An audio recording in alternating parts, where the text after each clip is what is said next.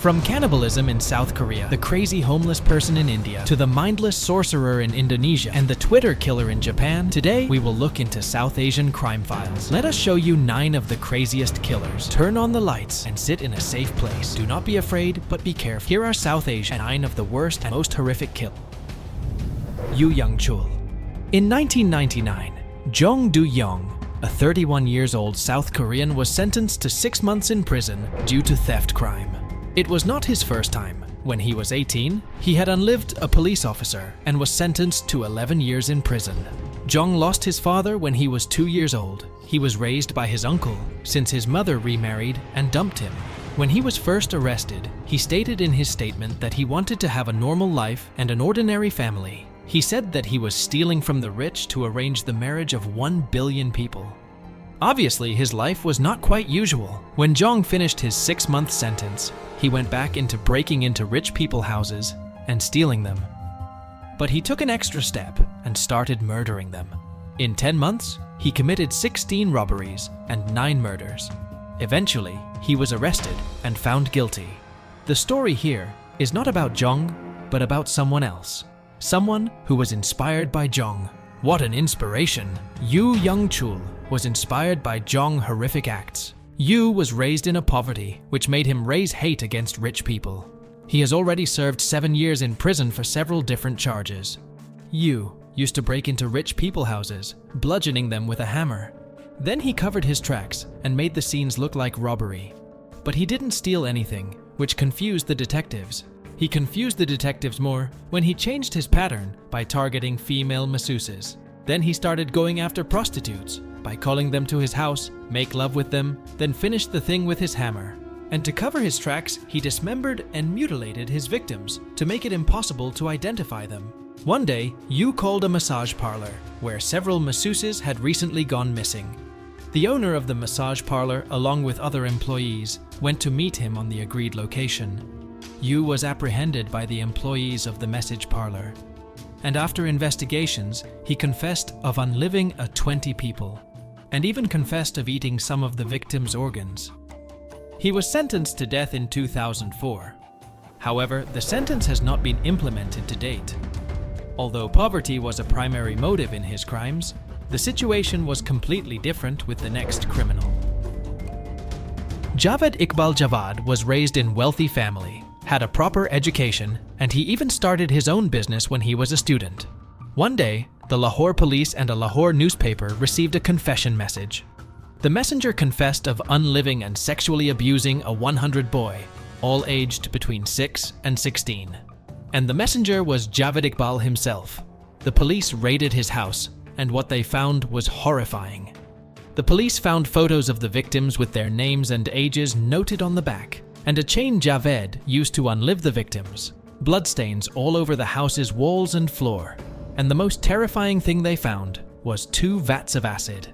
The acid that Javed used to get rid of the bodies.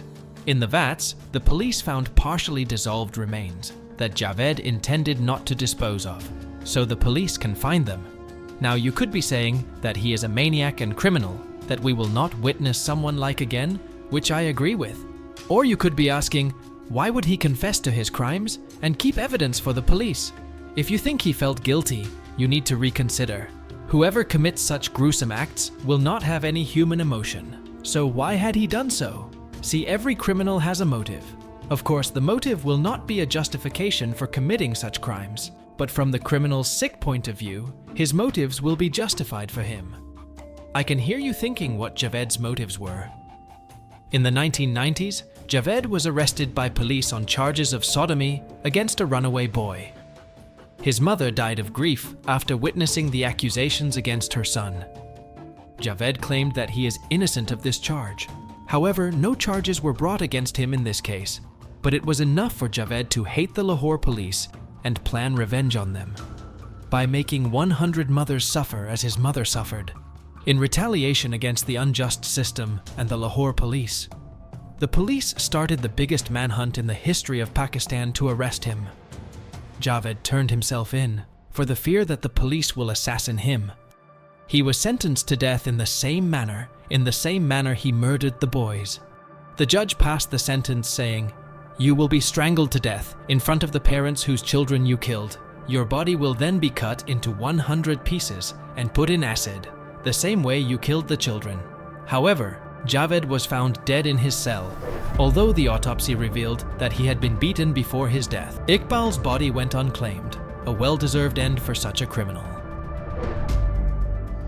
Raman Raghav. In August 1968, something evil returned from the past to attack innocent civilians. Imagine those innocent people, while they are sleeping peacefully, being brutally attacked by a mysterious assailant armed with a powerful, blunt weapon. This crime happened in the same way a few years ago, when 19 people were attacked and 9 lost their lives. All eyes turned to Raman Raghav. Raman is a homeless man with an unknown past. He had already done time for robbery. The police suspected Raman in the first round of murders, but for the lack of evidence, he slipped through their fingers. But the horror didn't end there. When the nightmare returned in 1968, the police started a massive manhunt to arrest him. Finally, they got their man. Raman Raghav was behind bars. In the beginning, Raman refused to talk or answer any questions. But then, he asked for dishes of chicken in exchange for talking. He owned up to 41 killings in 1966 and almost a dozen more in the suburbs in 1968. Although Raman confessed with his crimes, but that was not enough to charge him. However, a development emerged during the trial. Raghav pleaded guilty but claimed lack of sound mind. The court grappled with conflicting medical opinions. A police surgeon confirmed his sanity, while a psychiatrist from Nair Hospital said he was suffering from paranoid schizophrenia. The court convicted him and sentenced him to death. The Supreme Court intervened and ordered the formation of a special medical board to evaluate Raghav's mental condition. Their findings, which were characterized by delusions and fixed beliefs, led them to believe that Raghav had mental problems. Raghav's sentence was eventually reduced to life imprisonment due to his incurable mental illness. Raman Raghav spent his remaining years in Pune's Yerwada Central Prison under treatment. In 1995, he suffered kidney failure and died in Sassoon Hospital. Raman Raghav's twisted tale, a dark chapter etched in Mumbai's history, leaves us grappling with the painful legacy of a man who became the city's nightmare. Latant Van. In the late 90s, Van, posing as a dental specialist, started a serial of deaths. Her deadly spree began in 1998 when, fearing job loss, she poisoned her landlord's elderly mother, Von Thi Lai. And then, she stole money and possessions. Then she targeted a security guard who had unwittingly leased her a dental facility. Poisoned alcohol claimed Min's life, and Van looted his belongings. Her mother-in-law, Hin Van Din, met a similar fate, and Van pocketed an inheritance. As 1999 unfolded, Van took lives at will. Her brother-in-law, Le Van Kam, fell prey to poisoned medication, while Dao barely escaped after the first poisoning attempt. The relentless murderer struck again, succeeding in taking Dao's life on the second attempt. But the horrors didn't stop there. Van's lethal touch extended to a company director she sought to rob. With each crime, her methods grew more diabolical. Her alias Li Li Lan became associated with death as she ventured into different provinces. In Anlin, Nguyen Thanh Son fell victim to poisoned rice vermicelli, a prelude to more atrocities. Local police, catching wind of her crimes, arrested Van, but struggled to build a case due to insufficient evidence. Released on bail in 2001, Van continued her deadly spree. Nguyen Trong Zu became her next victim, succumbing to cyanide-laced soy milk. The investigators, determined to stop her, charged Van with illegal possession of poison. However, due to the lack of concrete evidence, she slipped through the cracks once again. Finally, in 2001, Van met her match.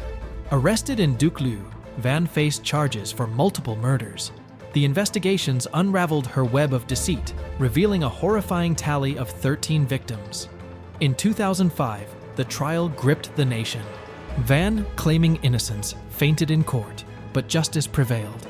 Sentenced to death, she met her end at the hands of a firing squad, ending a reign of terror that had gripped Vietnam for years. We are not finished yet. There are still many mysterious stories waiting for us to reveal. Subscribe to the channel so you do not miss it. Ahmed Surji. How far someone's dreams can take him. In the 24th of April 1997, a 21-year-old Sri Kemala Dewi visited a sorcerer in Medan, which is a city in Indonesia. Back then, women visited sorcerers for services such as items to improve their wealth or beauty, or to cast a spell to ensure their partner's love and loyalty. Whatever Dewi has asked the sorcerer for, it was not done, because 3 days later, she was found, undressed, unalive, and buried in a sugarcane field. The investigations directly led to the sorcerer, Ahmed Surji. She was last seen at his house, and his house is not far away from the sugarcane field.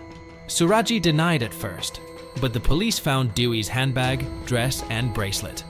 He could not last against the evidence, and confessed. If you think he only confessed of the killing Dewi, you are wrong. Let's go back in time, precisely to 1986. Before 11 years, Surji had a vision in which his father ordered him to drink the saliva of 70 dead young women. Why? So that he could become a mystic healer.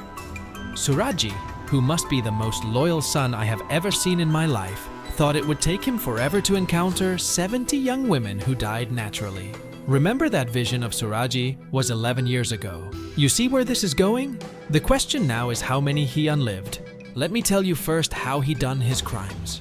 He lured the young women to the sugarcane field, claiming it's part of the ritual. He then buries them up to their waist. That way the victim can't move. And that when he finishes the victim. He drinks the victim's silva, his alleged elixir of strength. The police found 42 bodies of women between the age of 11 and 30. Some of the bodies were unidentifiable due to the decomposing. Somehow, Surji insisted that he is innocent. Eventually, he was found guilty and sentenced to death. Tsutomu Miyazaki. Sometimes society is hard on those who are different, unintentionally turning them into weirdos. Like Javed Iqbal, Tsutomu came from a wealthy background. His family operated a regional newspaper. His grandfather and great-grandfather had served in the town council, which made his family both wealthy and known. How come a killer came from such an environment? See, Tsutomu was different. He was born premature, and he had a rare birth defect that caused the joints in his hands to fuse together, preventing him from being able to bend his wrists upwards. In the 1960s, people with such disabilities were treated with oppression and differences. Miyazaki was avoided and excluded when he entered elementary school due to his deformity, and thus remained alone. And what made it worse, his parents were always busy. Even his sisters rejected him, and there was only his grandfather to take care of him. In 1988, his grandfather died, and the situation began to deteriorate as his psychological state deteriorated. To retain something from him, he ate part of his grandfather's ashes. Shortly afterward, his sister caught him spying on her. When she confronted him, he attacked her and then his mother. Miyazaki started his crimes on his 26th birthday. Compared with the other criminals in the list, Miyazaki has murdered the less victims. But what he has done to the victims makes him the worst on the list. Unfortunately, we will not be able to mention all the crime's details due to its ugliness. Miyazaki's first victim was named Mari. He lured the 4-year-old girl into his car, where he drove into an empty area. He sat next to the girl for more than an hour before ending her life. He took the girl's clothes before disposing of her body in the woods. But then he came back to get her hands and feet. He then burned part of her bones and sent the ashes to her parents, along with other items. He murdered 3 more girls, between the age of 4 and 7. Miyazaki molested the girls' corpses, engaged in cannibalism, and what is even worse, we will not be able to provide details due to the ugliness of the events. However, Miyazaki was arrested while trying to kidnap another girl. He was sentenced to death and executed in 2008.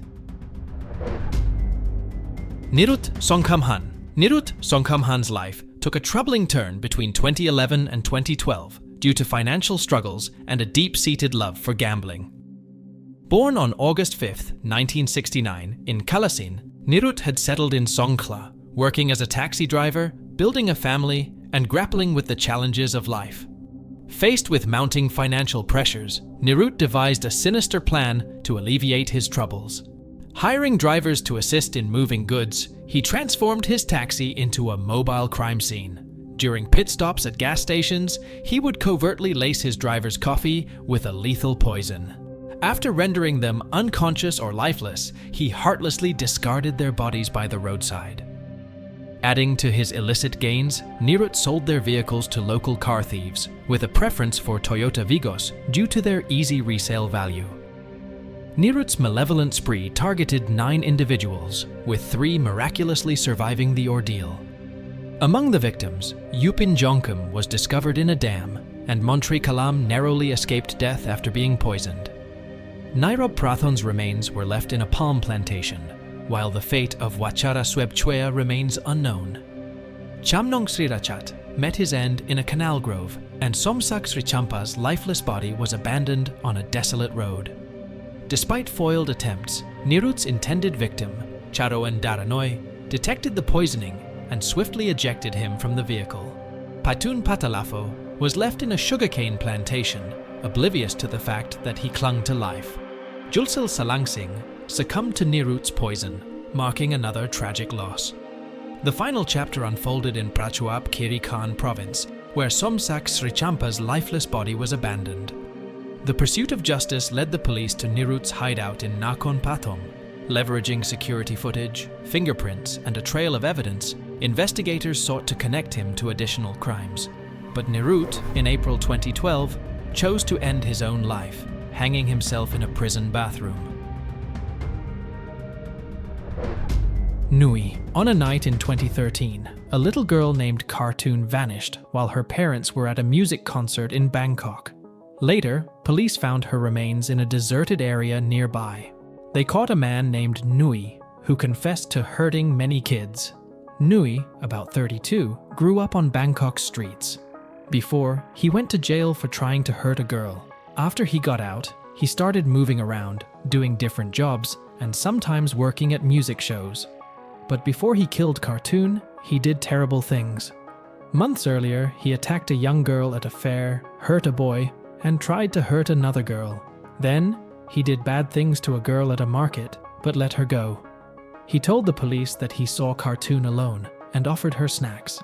Then, he did something terrible to her and hurt her badly. After that, he went to other places and hurt more kids.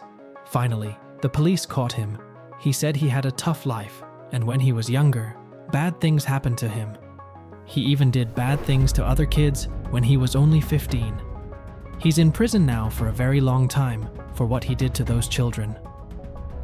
Takahiro Shiraishi.